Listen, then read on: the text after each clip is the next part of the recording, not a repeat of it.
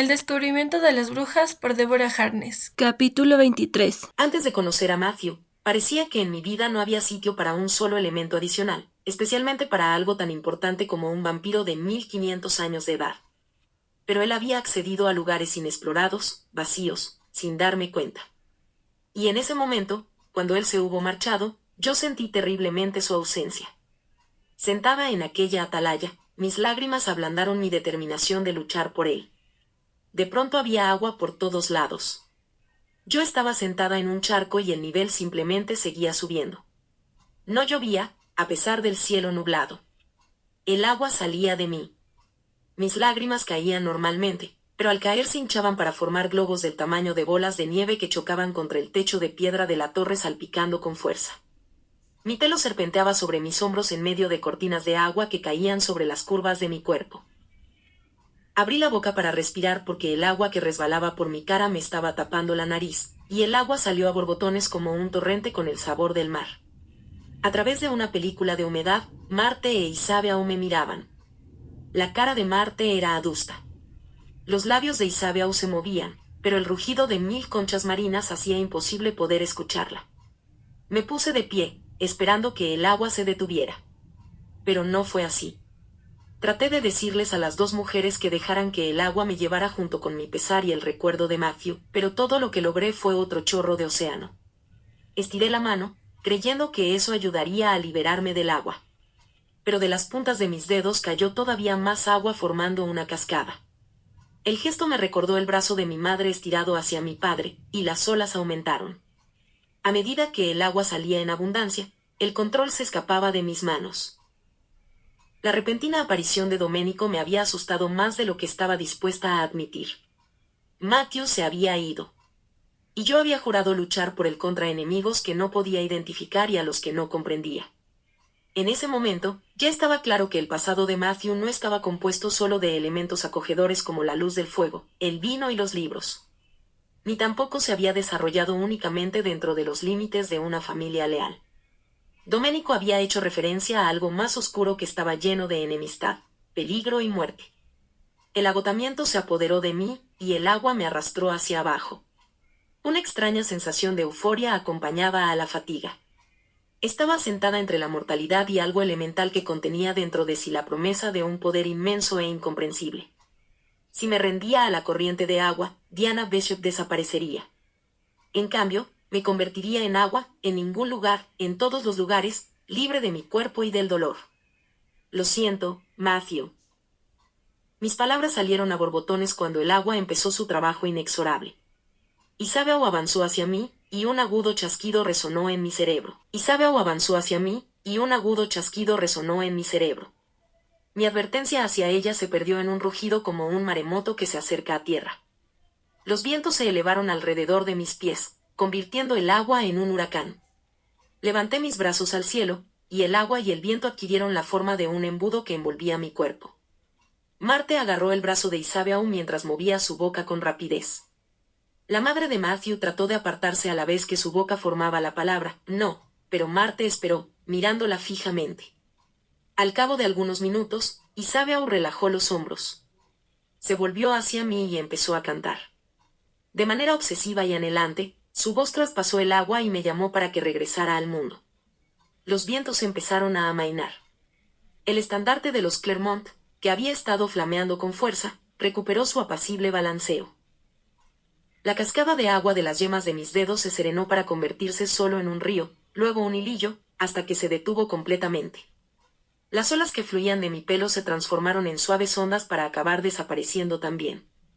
Por fin, nada salió de mi boca salvo un grito entrecortado de sorpresa. Las enormes gotas de agua que caían de mis ojos fueron el último vestigio del manantial de brujos en desaparecer, de la misma forma que habían sido la primera señal de su poder moviéndose dentro de mí. Los restos de mi diluvio corrían hacia los pequeños agujeros en la base de los muros almenados. Allá abajo, muy abajo, el agua chocaba salpicando sobre la gruesa capa de grava del patio. Cuando el agua dejó de salir de mí, me sentí vacía como una calabaza y con un frío glacial. Doblé las rodillas, golpeando dolorosamente sobre la piedra. «Gracias a Dios», murmuró Isabel. «Casi la perdemos». Yo estaba temblando con violencia por el agotamiento y por el frío. Las dos mujeres se acercaron a mí corriendo y me levantaron. Cada una me agarró de un codo y me sostuvieron bajando las escaleras circulares a una velocidad que me hizo temblar. Una vez en el salón, Marte quiso dirigirse hacia las habitaciones de Matthew e Isabel en dirección contraria. Las mías están más cerca, dijo la madre de Matthew bruscamente. Ella se sentirá más segura si está más cerca de él, dijo Marte. Con un ruido de exasperación, Isabel claudicó.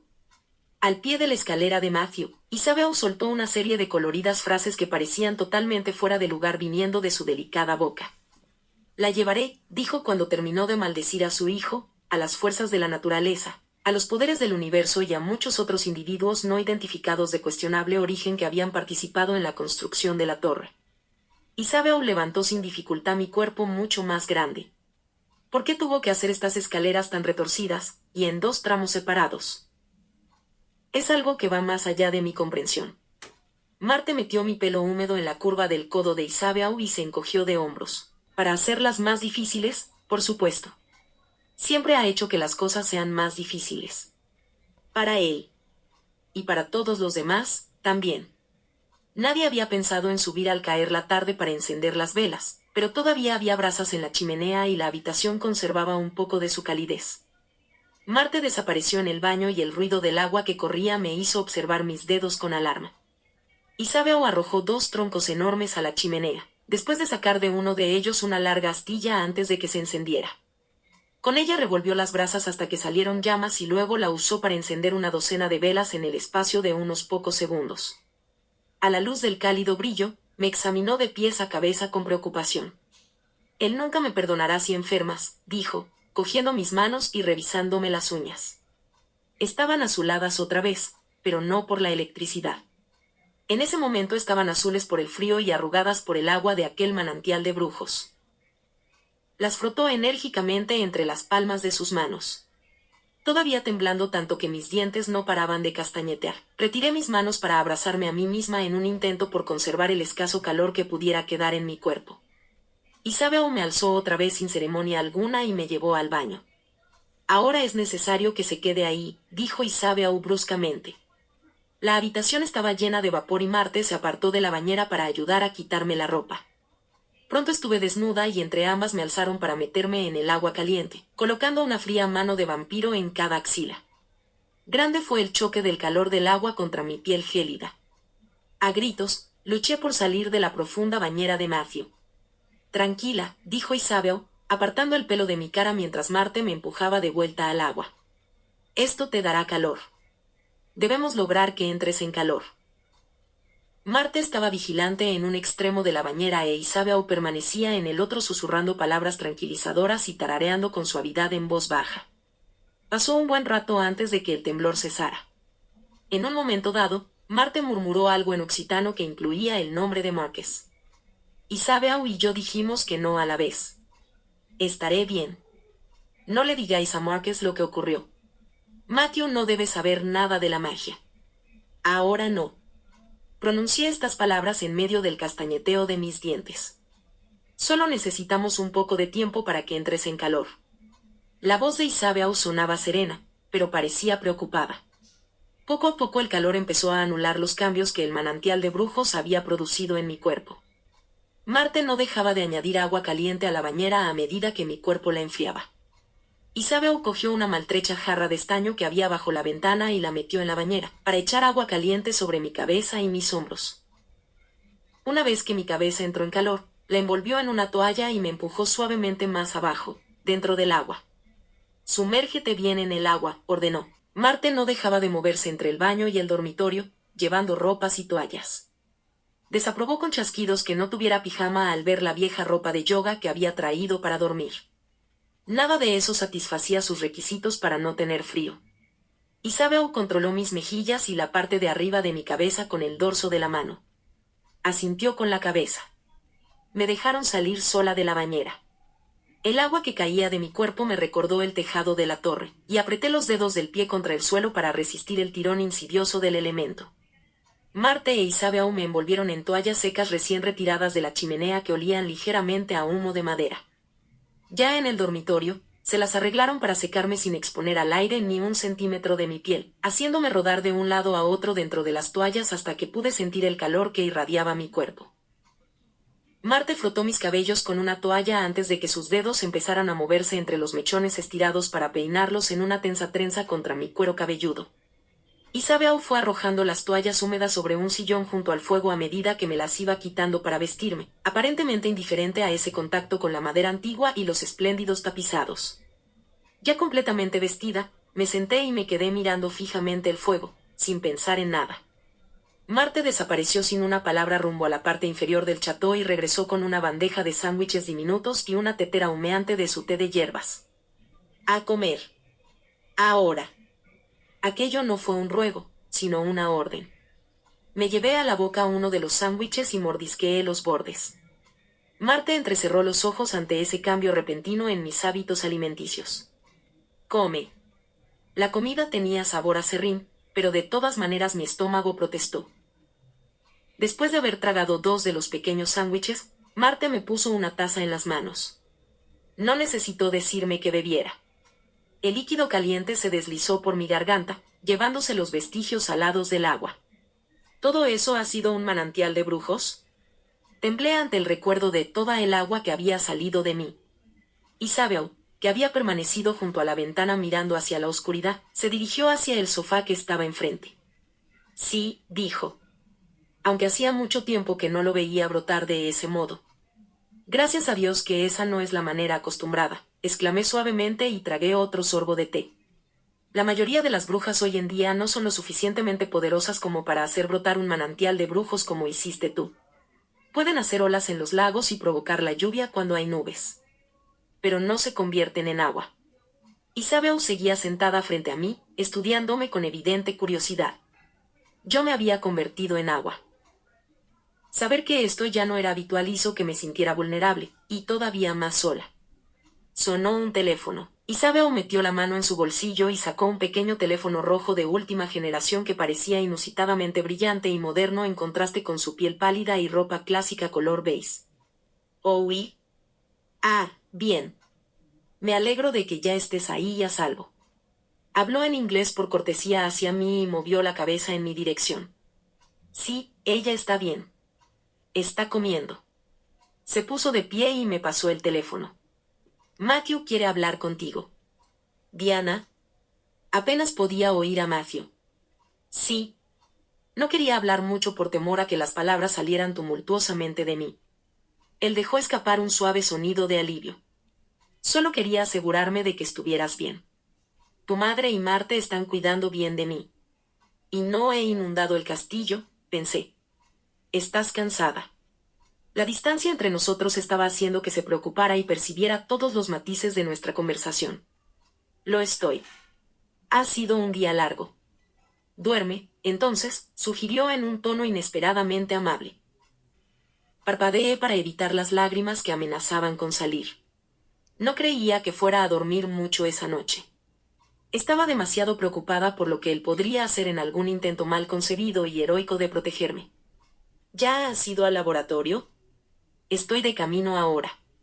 Marcus quiere que revise todo minuciosamente para asegurarnos de haber tomado todas las precauciones necesarias. Miriam también ha comprobado la seguridad de la casa». Decía la verdad a medias con suave convicción, pero yo sabía de qué estaba hablando.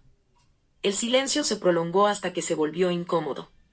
«No lo hagas, Matthew. Por favor, no trates de negociar con Knox.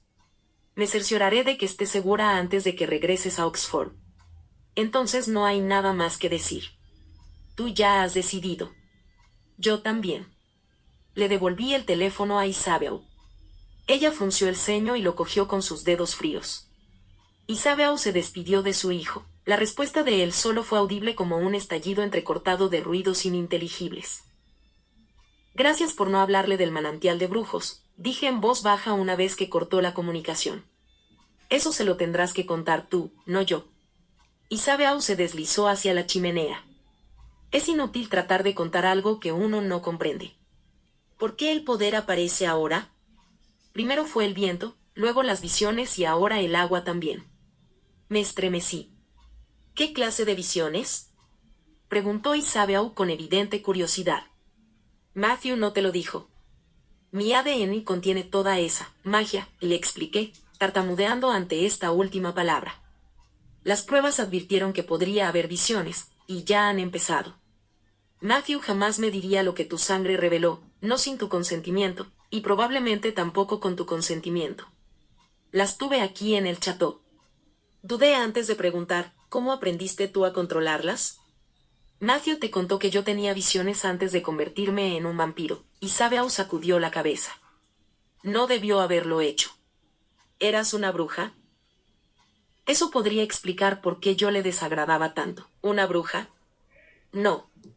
Matthew se pregunta si habré sido una daimon, pero estoy segura de que yo era un humano común y corriente. Ellos tienen sus visionarios también. No solo las criaturas han sido bendecidas y maldecidas de este modo.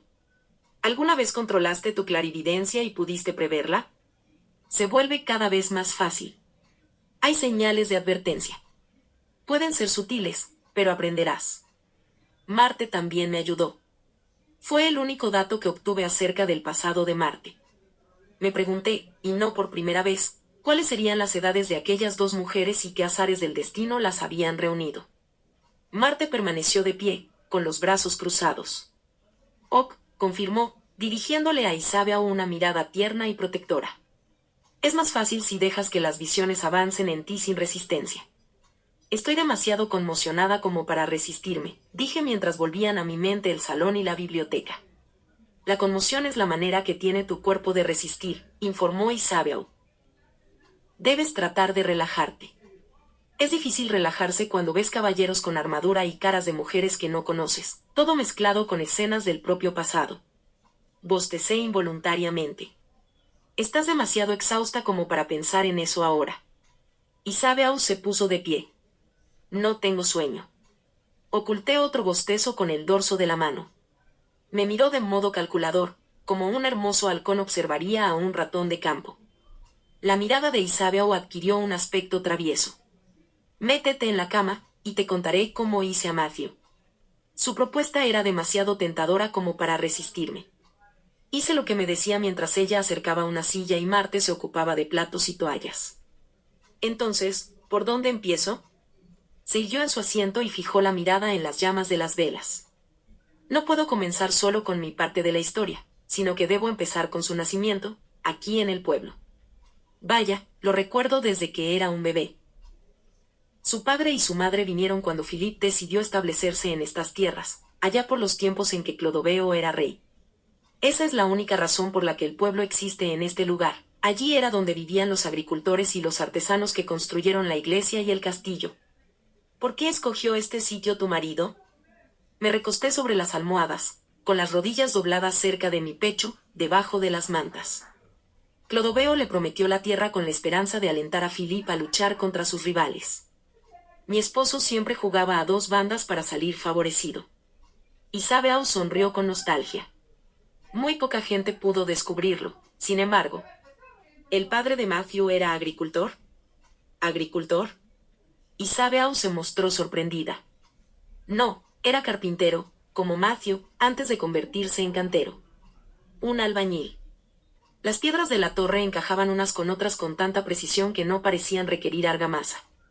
Y allí estaban las chimeneas con curiosos ornamentos en la torre de entrada del viejo pabellón, cuya construcción Matthew simplemente tenía que haber dejado en manos de algún artesano. Sus dedos largos y finos tenían la fuerza suficiente como para hacer palanca y abrir una concha de ostra o romper una castaña. Otra pieza de Matthew encontraba su lugar, encajando perfectamente junto al guerrero, al científico y al cortesano. ¿Y ambos trabajaron en el chateau? No en este chateau, dijo Isabeau, mirando a su alrededor. Este fue un regalo de Matthew, cuando yo me entristecí al verme forzada a dejar un lugar que adoraba. Demolió la fortaleza que su padre había construido y la reemplazó por una nueva. Sus ojos verdes y negros centellearon, divertidos. Philippe estaba furioso. Pero era el momento de cambiar. El primer chateau estaba hecho de madera, y aunque había habido anexos de piedra con el paso de los años, ya estaba un poco destartalado.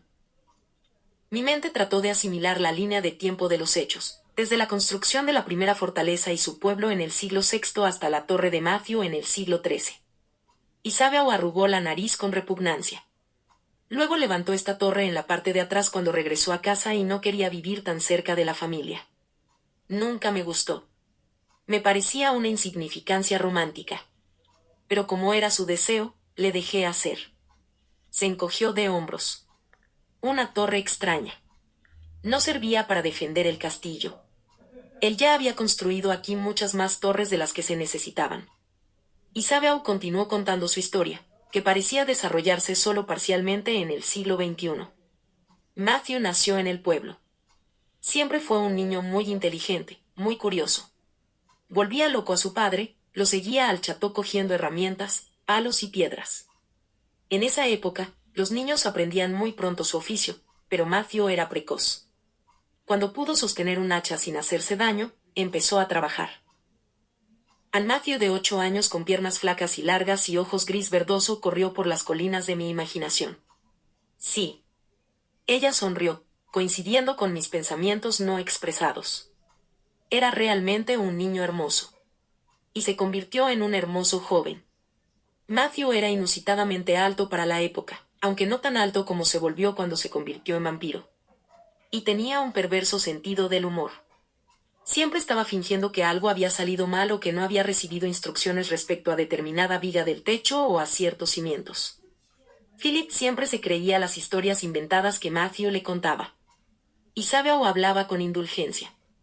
El primer padre de Matthew murió poco antes de que él cumpliera 20 años, y su primera madre hacía muchos años que había muerto.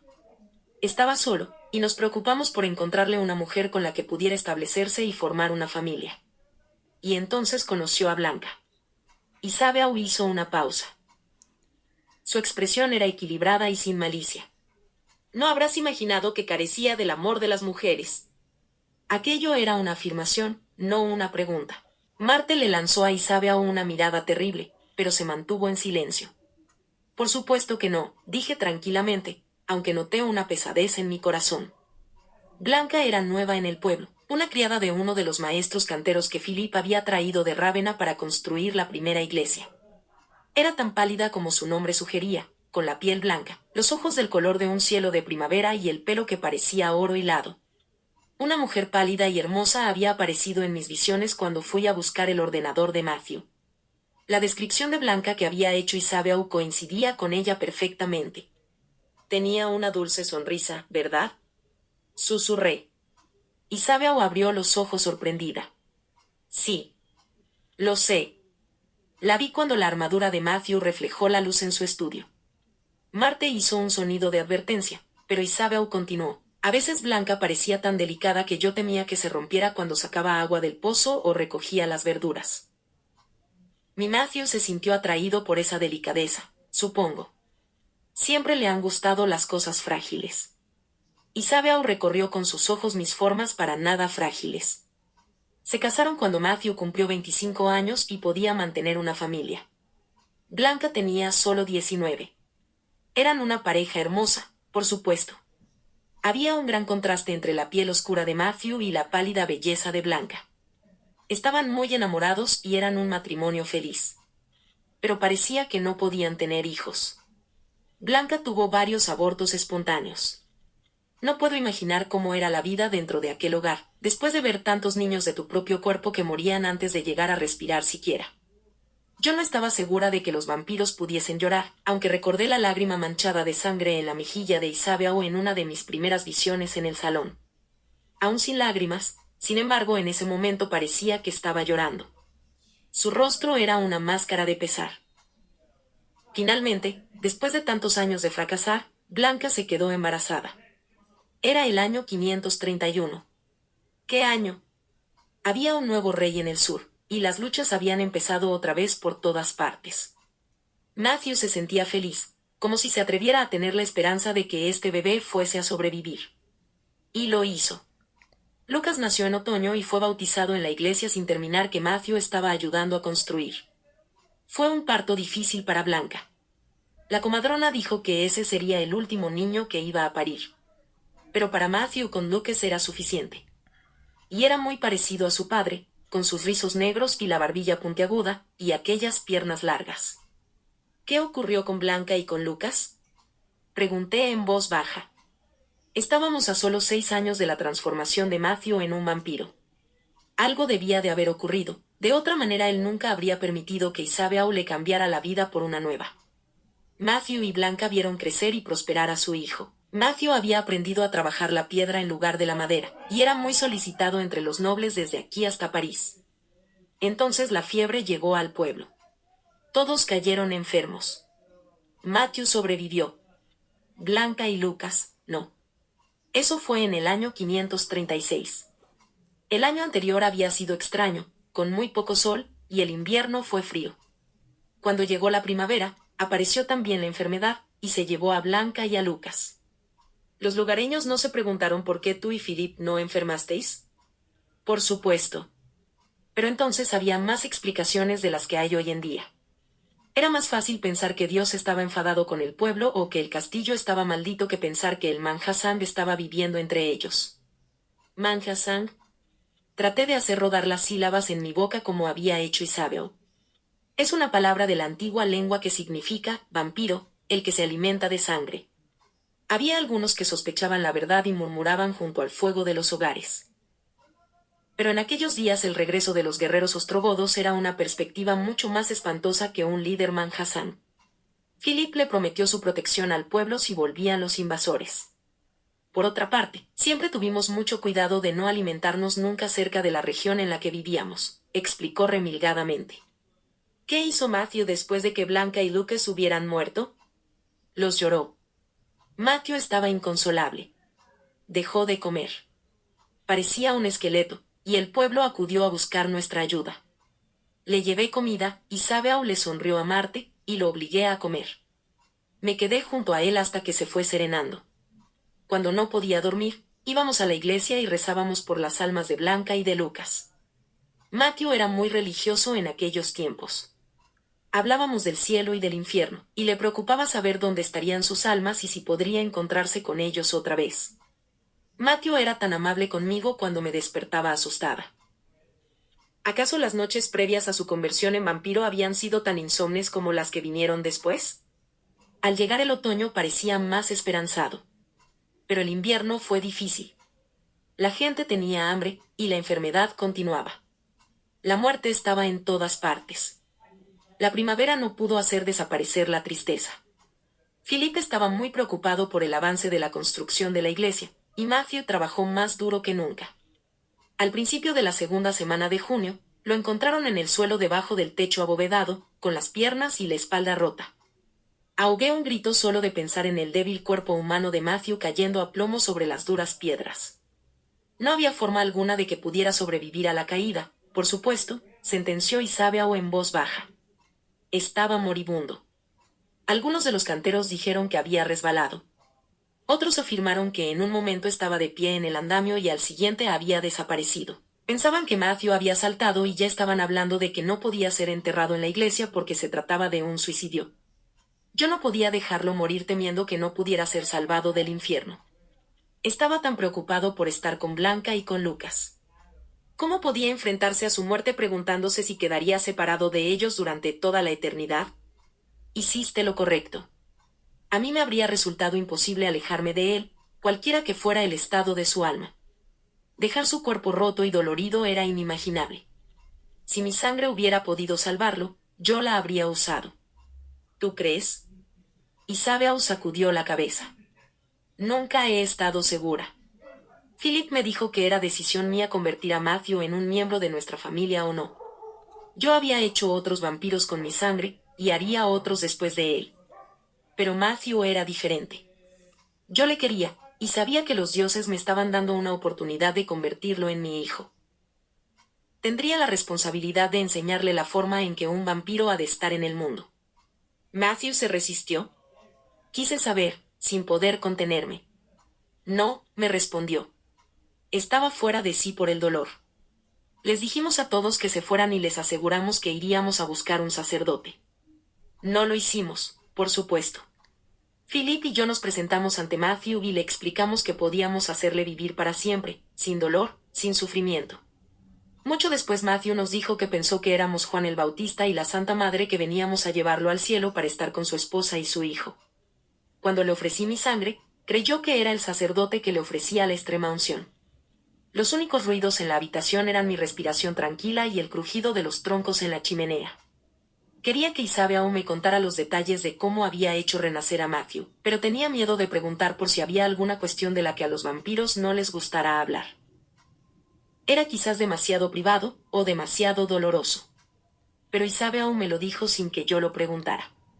Bebió mi sangre muy fácilmente, como si hubiera nacido para ella, dijo con un áspero suspiro.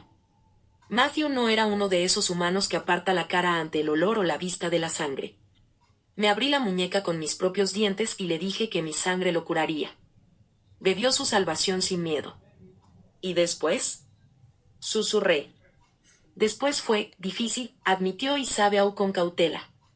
Todos los vampiros nuevos son fuertes y tienen mucha hambre, pero Matthew era casi imposible de controlar. Estaba en un estado de locura por ser un vampiro y su necesidad de comer era inagotable. Philip y yo tuvimos que cazar durante semanas para satisfacerlo. Y su cuerpo cambió más de lo que esperábamos. Todos nos hacemos más altos, más sólidos, más fuertes. Yo era mucho más pequeña antes de convertirme en vampiro. Pero Matthew pasó de ser un humano flaco como un caramillo a ser una criatura formidable. Mi marido era más grande que mi nuevo hijo, pero en el primer acceso a mi sangre Matthew se volvió más grande incluso que Philip. Me esforcé por no estremecerme ante el hambre y la locura de Matthew. En cambio, mi mirada permaneció fija en su madre, sin cerrar los ojos ni por un instante ante el conocimiento que me ofrecía de él. Esto era lo que Matthew temía, que yo llegara a comprender quién había sido él, quién era todavía, y sintiera repugnancia. ¿Qué lo calmó? Pregunté. Philip lo llevó a cazar, explicó Isabeau, cuando creyó que Matthew ya no mataría todo lo que hallara a su paso. La búsqueda de la presa atrapó su mente, y la persecución comprometió su cuerpo. Pronto anhelaba más la búsqueda de la presa que la sangre, lo cual es una buena señal en los vampiros jóvenes. Eso significaba que ya no era una criatura de puro apetito, sino que se había convertido de nuevo en racional. Después de eso, fue solo cuestión de tiempo que recuperara la conciencia y empezara a pensar antes de matar. Luego, lo único que teníamos que temer eran sus periodos negros, cuando sentía la pérdida de Blanca y Lucas otra vez y se volvía hacia los humanos para aliviar su hambre. ¿Había algo que le ayudara en esos momentos? A menudo yo le cantaba la misma canción que te canté anoche, y otras también. Eso a veces rompía aquella oleada de pesar. En otras ocasiones, Matthew se iba. Philip me prohibió seguirlo y hacerle preguntas cuando regresaba. Los ojos de Isabeau se ennegrecieron al mirarme. Nuestras miradas confirmaron lo que ambas sospechábamos, que Matthew se perdía en otras mujeres, buscando consuelo en su sangre y el contacto con manos que no fueran las de su madre ni las de su esposa. Es tan controlado, reflexioné en voz alta, que es difícil imaginarlo de ese modo. Matthew siente en profundidad. Es una bendición y también una carga amar tanto, porque el dolor se hace enorme cuando el amor desaparece. Había una amenaza en la voz de Isabeau. Elevé la barbilla en actitud desafiante y mis dedos hormiguearon. Entonces me aseguraré de que mi amor nunca lo abandone, afirmé en tono tenso. ¿Y cómo lo harás? Se burló Isabeau. ¿Te convertirás en vampiro, entonces, y te unirás a nuestra cacería? Se rió, pero no había alegría ni regocijo en ese sonido. Sin duda eso es lo que Doménico sugirió. Un simple mordisco, el vaciado de tus venas, el intercambio de nuestra sangre por la tuya. La congregación no tendría ninguna razón para entrometerse en tus asuntos. ¿Qué quieres decir? Pregunté anonadada. ¿No te das cuenta? Gruñó Isabeau. Si quieres estar con Matthew, conviértete en uno de nosotros para ponerlo a él, y a ti también, fuera de peligro. Las brujas pueden querer mantenerte entre ellas, pero no pueden oponerse a tu relación si tú también eres vampiro. Un ruido sordo comenzó a hacerse oír desde la garganta de Marte. ¿Esa es la razón por la que Matthew se ha ido? ¿La congregación le ha ordenado que me convirtiera en vampiro? Matthew nunca te convertiría en un manjasam, sentenció Marte con desdén, moviendo los ojos con furia. No. La voz de Isabeau sonaba suavemente maliciosa. Siempre le han gustado las cosas frágiles, como ya te he dicho. Este era uno de los secretos que Matthew mantenía. Si yo fuera un vampiro, no pesaría ninguna prohibición sobre nosotros y, por lo tanto, ninguna razón para temer a la congregación. Lo único que yo tenía que hacer era convertirme en otra cosa. Consideré la posibilidad con una sorprendente ausencia de pánico o miedo. Podría quedarme con Matthew, e incluso sería más alta. Y Sabeau lo haría. Sus ojos brillaron al observar la manera en que moví la mano hacia mi cuello. Pero había que tener en cuenta mis visiones, además del poder sobre el viento y el agua. Yo todavía no comprendía el potencial mágico que había en mi sangre. Y como vampiro, yo nunca podría solucionar el misterio de las moles 782. Se lo prometí, anunció Marte con voz áspera. Diana debe seguir siendo lo que es, una bruja. Isabel enseñó ligeramente los dientes de manera desagradable, y asintió con la cabeza. ¿También le prometiste no contarme qué ha ocurrido realmente en Oxford? La madre de Matthew me observó con detención. Debes preguntárselo a Matthew cuando regrese. No soy yo quien debe contártelo. Yo tenía más preguntas que Matthew no había indicado que estaban prohibidas. Tal vez estaba demasiado distraído para ello. ¿Puedes decirme por qué es importante que haya sido una criatura la que trató de entrar por la fuerza al laboratorio, en vez de un humano? Hubo un silencio. Isabel me escudriñó con interés. Eres astuta, respondió finalmente. No le prometí a Matthew guardar silencio acerca de las reglas apropiadas de conducta, después de todo. Me miró con un toque de aprobación. Ese comportamiento no es aceptable entre las criaturas. Ojalá haya sido un daimon travieso que no se da cuenta de la gravedad de lo que ha hecho. Matthew podría perdonar algo así. Siempre ha perdonado a los daimones, farfulló Marte en tono misterioso. ¿Y si no fue un daimon? Si fuera un vampiro, representa un insulto terrible. Somos criaturas territoriales. Un vampiro no se mete en la casa o territorio de otro vampiro sin permiso. ¿Perdonaría Matthew semejante insulto? Teniendo en cuenta la expresión del rostro de Matthew al lanzar el puñetazo sobre el coche, sospeché que la respuesta sería negativa. Quizás, dijo Isabel con expresión de duda. No robaron nada, no ha habido daños. Pero lo más probable es que Matthew exija alguna compensación. Otra vez me sentí arrojada a la Edad Media, con los problemas del honor y la reputación como preocupación principal. ¿Y si fue una bruja? Pregunté en voz baja. La madre de Matthew giró la cara. Que una bruja hiciera semejante cosa sería un acto de agresión. Ninguna disculpa sería suficiente. Sonaron campanas de alarma. Aparté las mantas y saqué las piernas de la cama. La intención del robo fue provocar a Matthew. Él fue a Oxford pensando que podía hacer un trato de buena fe con Knox. Tenemos que advertírselo. Isabel apoyó con firmeza las manos sobre mis rodillas y mi hombro, deteniendo mi movimiento. Él ya lo sabe, Diana. Esa información se instaló en mi mente. ¿Esa es la razón por la que no quiso llevarme a Oxford con él? ¿Está en peligro? Por supuesto que está en peligro, confirmó Isabel con brusquedad. Pero hará lo que pueda para poner fin a esto. Levantó mis piernas para devolverlas a la cama y ajustó las mantas con fuerza sobre mi cuerpo. Yo debería estar allí, protesté. Solo serías una distracción para él. Te quedarás aquí, como te ordenó. ¿No tengo voz en este asunto? Pregunté por enésima vez desde que había llegado a September Shores. No, dijeron ambas mujeres a la vez. Todavía tienes mucho que aprender sobre vampiros, volvió a decir Isabel, pero esta vez su voz parecía lamentarlo un poco. Yo tenía mucho que aprender sobre vampiros. Eso ya lo sabía. ¿Pero quién iba a enseñarme? ¿Y cuándo?